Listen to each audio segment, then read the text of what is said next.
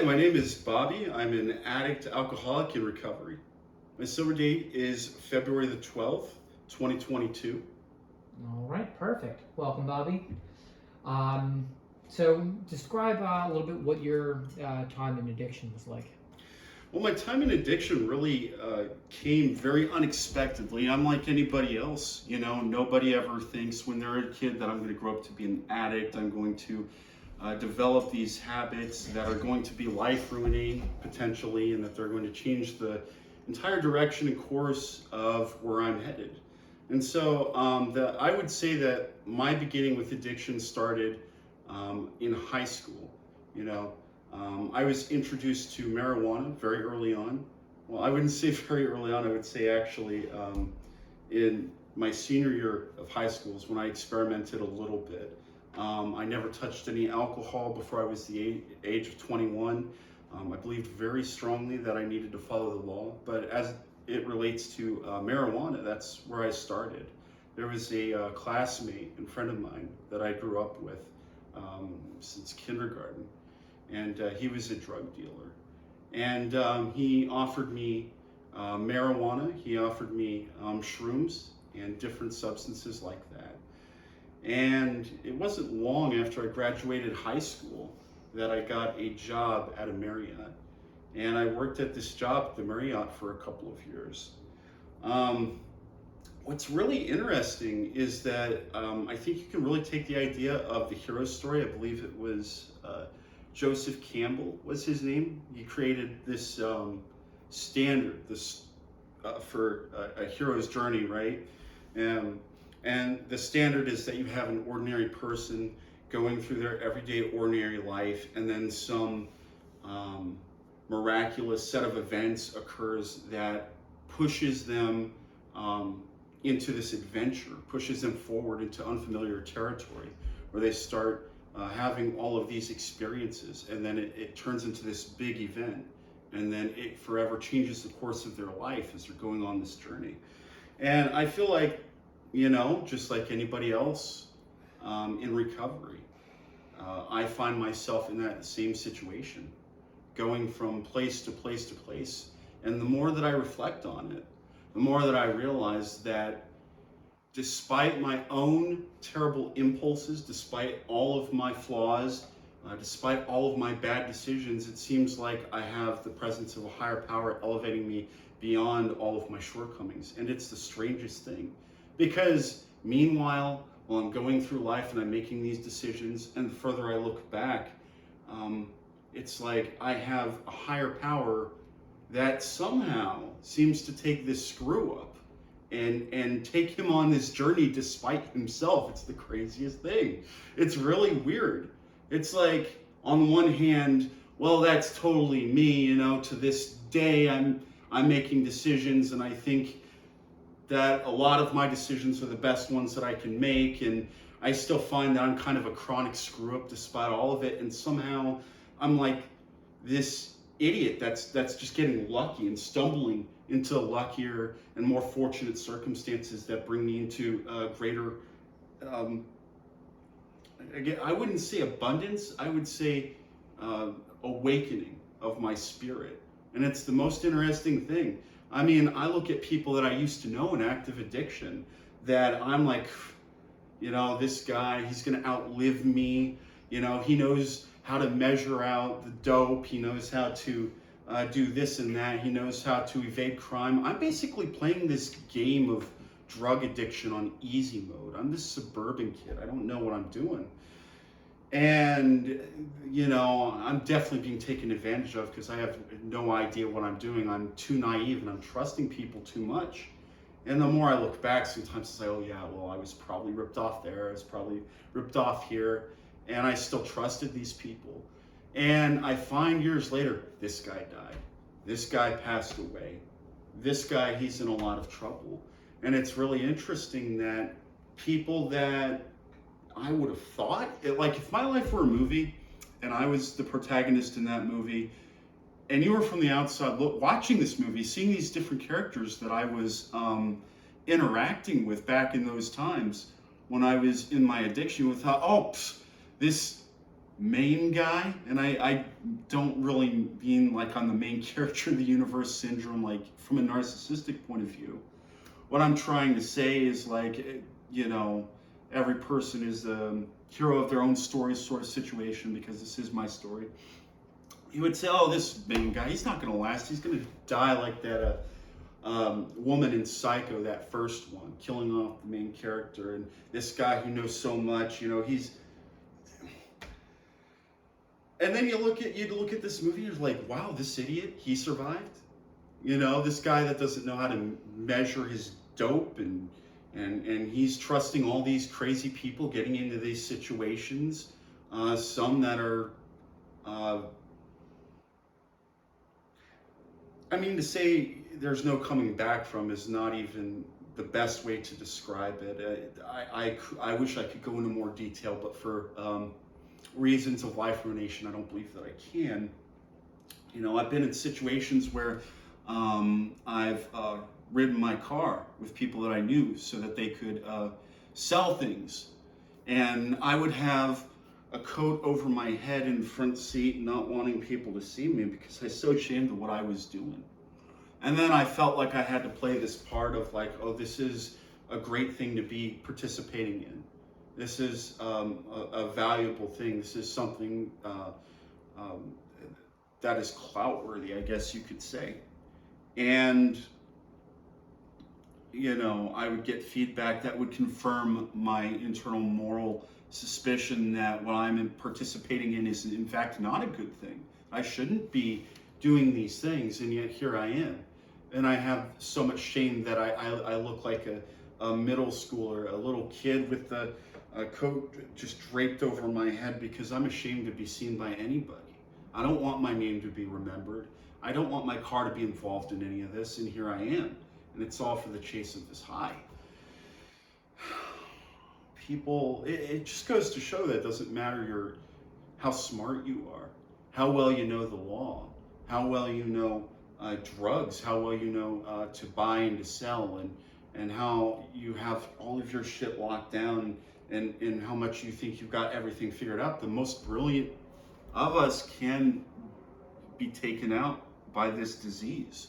And you know, if it's one of those things, it's like, if it's not the disease itself that takes you out, it's things related to it. It's the crime. The crime will take you out. You might die. It's you know, getting locked up and institutionalized. Those are the things that can take you out. So it's threefold. It's the drugs, it's the legal system, and then of course, well, the other thing that I forgot. I'm getting so wrapped up in my story that I'm forgetting things sometimes. But so it's really interesting that I've not only managed to survive, but I managed to succeed despite myself. And by succeed, I mean for me. You know, you could define success in a lot of different ways. Having millions of dollars, you could define it as having a big house. You could define success simply as being able to work a job that you love and you're able to sustain yourself, and that is simply enough. For me, success is going to reaching the next big plateau in my life. And that means going to new places, doing new things. You know, I grew up in Colorado Springs, Colorado, and I lived there for a lot of years. And then I moved to Denver, and that was a thing for a couple of years. And then I finally relocated to South Jersey a couple of years ago. That was a big leap for me.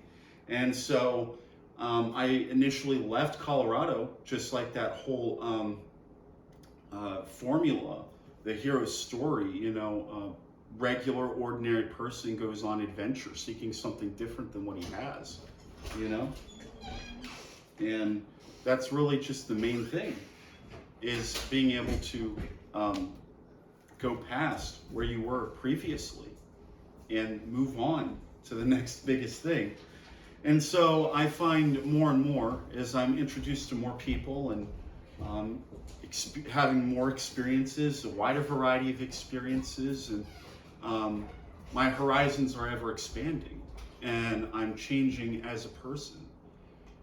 It's very easy for me to think that my own decisions have gotten me to a place where I'm at today.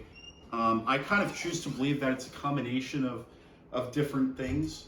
You know, you could get very philosophical about it. You could say that it was strictly your higher power that guided you. And that's definitely not untrue. And then you could also look at it like, well, it was just me, because if I didn't decide to get sober and take that very first important step, then I also wouldn't be here. So it's kind of like a marriage between my higher power and myself, I feel like. But it's very weird because you could get very philosophical about it. You could try and figure out the ins and outs, but it's one of the amazing things about life is that we have this big mystery. You know, what came first, the chicken or the egg? Well, what was leading the charge? Was it me, this idiot, or was it this higher power, this mysterious force? Well, it could probably be a combination of both. I feel like my higher power created me to be the person that I am, and he knows the sort of cheese that will attract this rat to go where he needs to go. It doesn't matter, you know, if I get there clumsily. It doesn't matter if I stumble or whatever the case may be.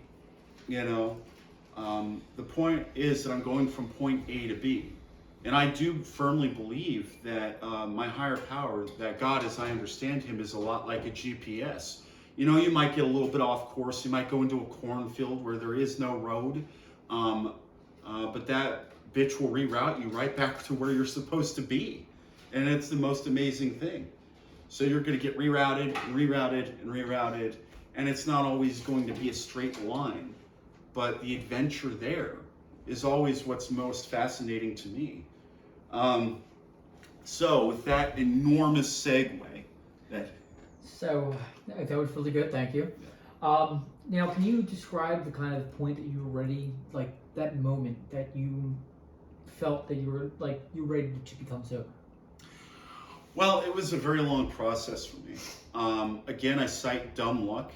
And in this case, I was living with my parents. You have to understand that at the time, I'd already been working at the Marriott for a couple of years. And my life consisted of nothing but playing video games, you know, smoking cigarettes, occasionally smoking marijuana, going to work for several hours, coming back, doing the same thing over and over and over again. Absolutely depressing. And meanwhile, I'm aware of the fact that I have my peers that I grew up with all throughout elementary school and all throughout high school and all this. I know that they're going out of state to go to college, and they're having their typical college experience. And here I am, just this depressed loser. I feel like I'm going nowhere. I've got nothing. Well, the depression really sets in, and things just keep going and going and going. And I get to a point where I'm riding around town aimlessly in my car because I'm just so sick of the same old stuff of just watching YouTube videos and playing video games and all this other stuff. I mean, I did not fill my own car with gasoline. I was afraid that if I filled my own car with gasoline, that I might accidentally blow it up. I was that bizarre. I didn't know how to cook for myself. I didn't know how to do my own laundry. More or less an adult child, just I would say 23, 24 years old, just lounging on my parents' sofa, having my dad order me pizza day after day. With that scene in mind and set, wait, what was your question? So what was the moment that you decided to become sober? Oh, that's right, sorry. So I remember one night, after this whole thing had repeated over and over and over again of me doing the same thing, I remember taking a walk late at night and looking up at the stars and saying, you know, God, can you please give me a friend? Give me somebody, because I am lonely and I don't feel like I can endure this loneliness and feeling like I'm missing out, having a typical college experience, being, or what I feel are the requirements to be a normal, accepted person in society.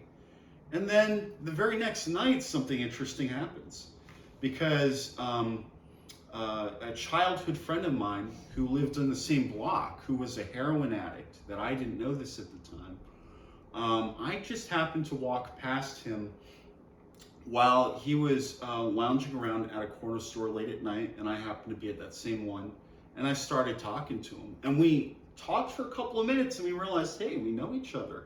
Hey, how are you doing? I'm doing pretty good. He's like, by the way, I've got these DVDs that I'm trying to sell for some money. And this was before I knew about his habit. He was a heroin junkie. So, you know, wanting to be helpful, having nothing else to do, being bored of my same old routine, I volunteered to drive him to a store which buys and sells DVDs, CDs, all types of media. You can trade things in for money, basically. Now, he had this gig where he would steal from the store, and then he'd turn around and sell those same things back to the store. I believe there was a process of course, removing labels and whatnot, doing a little switcheroo sort of thing. And that same night, he offered me heroin. And I think this is a tipping point, because probably a quote unquote normal person would disregard the offer. They might say no. You know, any person who's had a certain amount of life experience, past say 10 years old, we've all heard that talk, right, at school. Don't do drugs. This is what they do. Drugs are bad. But me, being the curious person that I've always been, I'm like, well, I'm the kind of guy that I have to try everything at least once. I don't want to miss out on anything. And it has nothing to do with peer pressure. It has nothing to do with external judgment. I really, truly want to experience everything that life has to offer. Good, bad, indifferent, because I feel like that makes my life much more richer in every possible way. And so I took him up on the offer, but he said, okay, but on one condition, that you do not turn around and say, oh, Chris ruined my life. You know, Chris set me up down this road. I'm like, sure, okay. So he gives me that shot of heroin, and that was the pivotal point, as you could probably imagine. That changed everything. Because from that moment on, I found something that took me from the boring that I was at to this, again, new plateau, this new place I had never been in, after just very monotonously living this life of emptiness and lack of satisfaction and having nothing to do and feeling like my life didn't matter. I had something to drive towards, some sort of motivation, something to seek out. And so the journey began, and he began introducing me to people, and I started to expand my horizons even more, having a wider range of experiences with various different substances. Eventually, I found meth, and meth became my drug of choice. It was the thing that I would say was what I bought more than anything. It absolutely just above all else. And so I became a meth addict after a period of time and fell in love with that.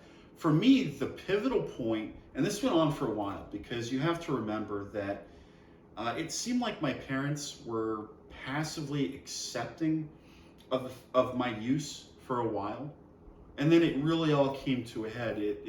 They really started explaining, well, you know, if you don't put the drugs down, if you don't get help, we're going to kick you out. And you have to remember, like, I had no skills, didn't know how to take care of myself.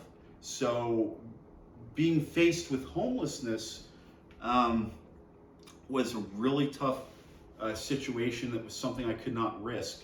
And so I was made an offer to go to rehab, otherwise face homelessness. So I went to rehab for the first time. And then I remember coming back, and then I dabbled again. And then I went to rehab once more for the second and final time.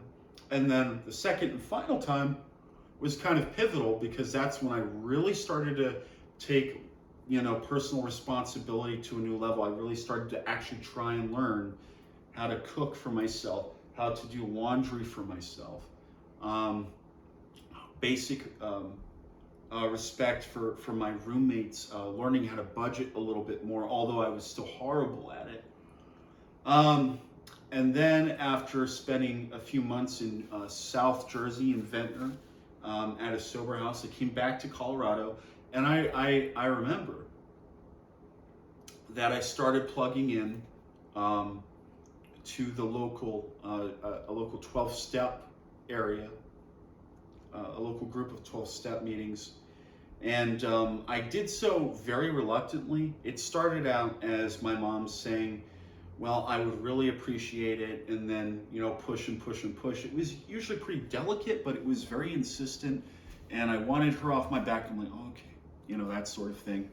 So I start going to these meetings, and I start meeting these people, and I start building a network, albeit very reluctantly, and then over a period of months, I'm building these relationships. And I don't know exactly when, because there were periods of time where I definitely took my recovery seriously. I would say I took my sobriety seriously first, and then recovery became a priority, because of course sobriety and recovery are not the same thing. You can be sober and not recovering, but you definitely need to be sober to be recovering.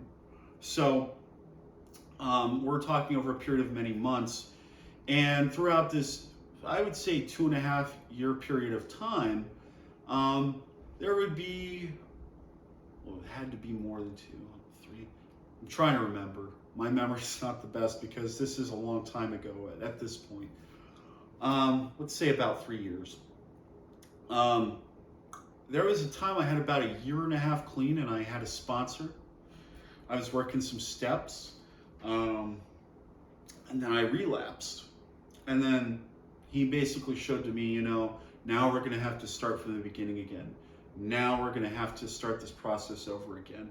And he showed me, you know, at that time he was preparing a date. He's like, okay, just pick a date when you're available, and we'll pick out a cake, and I'll give you your coin, and everything was laid out. And I'm like, okay, but I'm busy. And I just kept saying I was busy. And then I relapsed. And after I relapsed, that of course changed quite a bit. That my realization that I wanted to stay clean and that it meant something to me was actually real recently. Because it was about a week ago, I was doing a lot of overtime at work, right? A lot of optional overtime, trying to get that money. And if you know anything about addiction, and you know anything about the disease that we suffer from, it's that we can be afflicted by many different things. We can be chasing money. We can be chasing sex. We can be chasing hobbies. You know, all types of things in excess. And we can have our judgment clouded and our priorities clouded. And before we know it, we're sucked into this vacuum of this is all that matters. This is all that matters. And a little bit at a time, that mental slips begins to set in, and we begin to forget where we came from and why we're here. And then we start to basically segue into dangerous territory to where perhaps there could be a relapse of some kind or another. A real, actual relapse with drugs involved and mind-altering substances. And I was struggling with this about a week ago, and I came to the conclusion after I talked to my sponsor that it would be most beneficial for me to reprioritize my recovery and start going to meetings more and be more of an active participant in my recovery process. And I started doing that. And what was interesting was that I didn't realize this, but the idea of relapsing actually has scared me. And it's really interesting because it used to be that I'd relapse, it was no big deal. All it was about was, how do I not get caught by my mom? How do I not let anybody know that I relapsed? But today, the beauty of it is that my recovery means something to me. You know, it used to be like it was no big deal, and now I see it as something worth protecting, something that I want to preserve. And that realization recently has kind of made me realize how much I've grown. Awesome. All right, and you know, since we went a little long, I'm going to have for the last question. there's one thing that you could tell somebody that's brand new to the rooms or just coming back, what is that one thing? If there was one thing that I could tell a newbie to the rooms, it's that